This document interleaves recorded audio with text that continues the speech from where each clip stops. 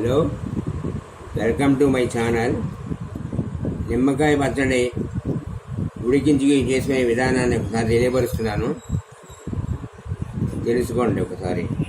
ముందుగా నిమ్మకాయలని చిన్న చిన్న సైజులో ముక్కలుగా కట్ చేసుకుని పెట్టుకోవాలి.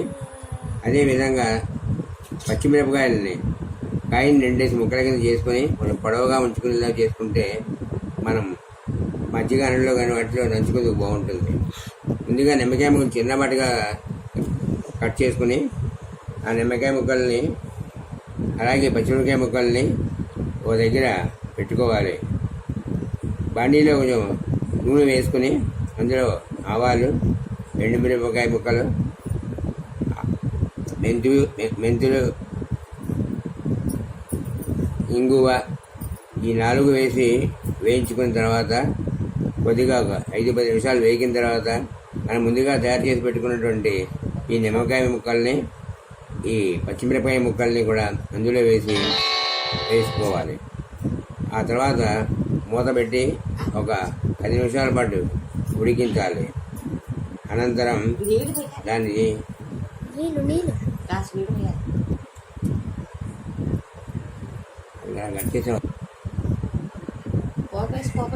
తర్వాత పోపులో ఈ నిమ్మకాయ ముక్కల్ని, పచ్చిమిరపకాయ ముక్కల్ని వేసి సుమారుగా చిన్న గ్లాస్ తోటి నీళ్లు పోసుకుని మూత పెట్టి ఉడికించుకోవాలి.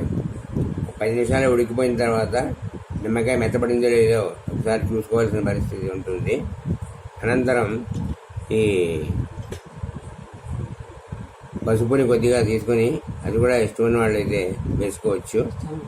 అలాగే పూర్తిగా నిమ్మకాయ ఉడికిపోయిన తర్వాత కానీ సాల్ట్ వేసే ఆలోచన రాకూడదు. ఎందుకంటే సాల్ట్ కానీ ముందుగా వేసుకున్నట్టయితే ఆ నిమ్మకాయ ఉడకదు. కాబట్టి సాల్ట్ అంతా తయారైన తర్వాత వేసుకొని, ఇంకా ఇష్టమైన వాళ్ళకి కొంచెం చేదుగా ఉంటుంది అనుకున్న వాళ్ళకి ఈ పంచదార కూడా అందులో వేసుకుని తయారు చేసుకోవాలి.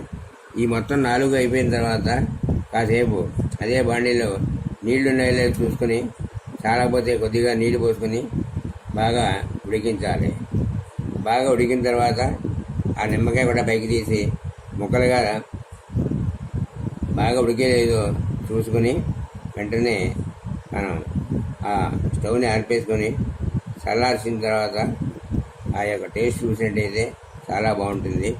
ఇది కరోనా సమయం, ప్రపంచం అంతా కూడా కల్లోలంగా ఉన్నటువంటి సమయం కాబట్టి ఇది ఆరోగ్యరీత్యా కూడా నిమ్మకాయ పచ్చడి పనిచేస్తుందని మీరందరూ ఈ యొక్క టేస్ట్ని చూసి బాగుంటే మా ఛానల్కి ఒక సబ్స్క్రైబ్ చేసుకోండి. ఆ పక్కనున్న గంట గుర్తు నొక్కి నాతో సహకరించవలసిందిగా ప్రార్థిస్తున్నాను.